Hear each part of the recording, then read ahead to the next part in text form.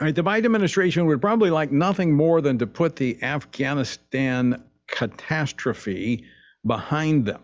But it's clear that the August 31st withdrawal deadline was not the end. A lot of questions remain, and they need answers.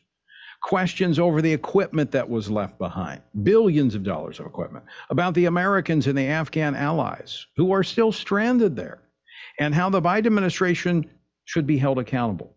Also, with the Taliban now in complete control, what does the growing threat of terrorism in the region mean for America, our allies? What's that look like? Well, joining me now to talk about this is U.S. Congressman Mike Waltz. He is a member of the House Foreign Affairs Committee, a decorated Special Forces officer with multiple combat tours in Afghanistan, the Middle East, and Africa. He serves the 6th Congressional District of Florida. Congressman, welcome back to the program. Yeah, thank you, Tony, and welcome back. And wish you were coming back to something a little more positive than this historic disaster. Well, you know, I was having a pretty good time away, and everything seemed to be calm until about the last week, and then all of this began to break. And I know you were on the show a couple of times in that time period, so I appreciate that and your insight. And you were one of the first ones I wanted to talk to when I got back. Let me first get your reaction to the president's address today.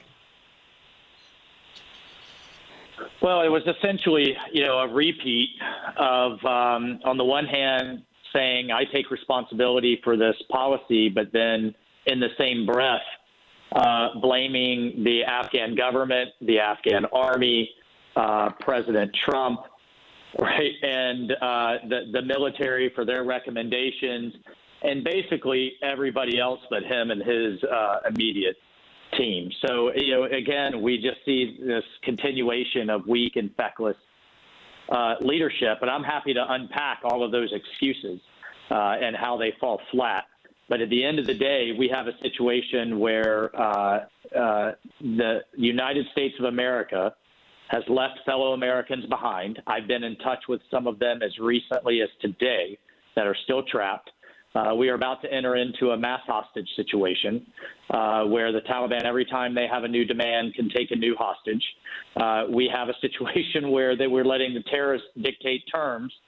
And what has me so upset, Tony, at the end of the day, is the blow to American credibility, to our adversary and allies around the world, and the future 9/11s, the future San Bernardinos or Pulse nightclubs that American soldiers will have to go back over there and deal with. But they'll face a situation where we now have no bases, no local allies because they're being hunted down, and a terrorist army armed to the teeth with American equipment. It's despicable and it's outrageous. Yeah, there's so much here to unpack in the president's speech. We could spend 2 days talking about it, but I want to focus on two. One, in his speech, I want to play a very short clip of those left behind and how he said we're going to get them out. Clip number 5, please. Critical thing to understand. The world is changing. We're engaged in a serious competition with China. We're dealing with the challenges on multiple fronts with Russia. We're confronted with cyber attacks and nuclear proliferation. We have to shore up America's competitiveness to meet these new challenges in the competition for the 21st century. And we can do both. Fight terrorism and take on new threats that are here now and will continue to be here in the future. I chose the wrong clip, but that's a good jumping off point as well. As you talked about, our allies won't trust us, our enemies won't fear us. This is only emboldening China, North Korea, and others. We're already seeing North Korea take actions.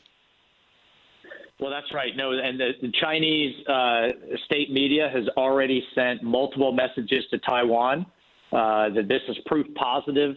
The Biden administration won't stand with you. The Russians are doing the same to Ukraine and the Baltic states. But here's the thing. Just in Afghanistan alone, China has won on multiple fronts. Bagram Air Base, our main air base and only air base in the region, was the only one sandwiched between China, Russia, and Iran. It was just a few hundred miles from China's new ICBM fields. China also will now get access to over $1 trillion of rare earths and critical minerals that power the economy of the future that are in Afghanistan. And further, China and Pakistan have a new ally in the Taliban against India. India is even further isolated. So this is just wins across the board on top of the propaganda win for China. And let me just talk briefly about the equipment left behind, billions of dollars. Now, the administration's saying that they've destroyed a lot of this, but I don't see the evidence of this. I assume this is something Congress is going to look into. Over 350,000 assault rifles, 42,000 trucks, 22,000 Humvees, 64,000 machine guns, and the administration says, oh, those things can't do much damage. I bet they could on the streets of America. I mean, this is unbelievable that we would leave this stuff behind.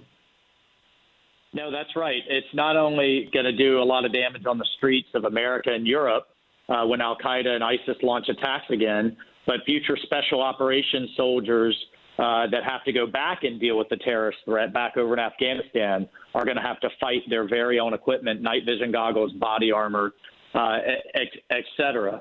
But to be clear, the military handed it over to the Afghan army.